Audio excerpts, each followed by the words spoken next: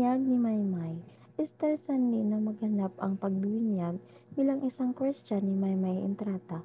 Naibahagi rin ng aktres sa kanyang Instagram account ang larawan at ng mga kaganapan noong linggo ng pagkabuhay. Ayon sa aktres, ay taong 2015 pa na siya ay maging isang Christian pero naging abala sa kabi-kabilang proyekto mula nang pasukin ang show business.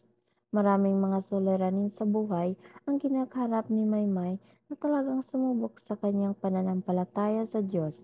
Ang dami pong pagsubok talaga bago ako naibalik loob sa Panginoon. Yun yung deklarasyon ko, kumbaga, na magko-commit ako fully sa Panginoon. Kasi nasanay po ako na kontrolado ko yung buhay ko, yung plano ko, kahulugang pahayag ni Maymay. Matatanda ang kinumpirma ng dalaga kamakailan lamang na nagkahiwalay na sila sa kasintahang si Aaron Haskell. Tanggap umano ni Maymay na kontrolado talaga ng Diyos ang lahat ng mga pangyayari sa kanyang personal na buhay. At the end of the day, napapatanong ako, bakit ako napapagod? Kasi yun pala, si God is in control, dagdag ng aktres.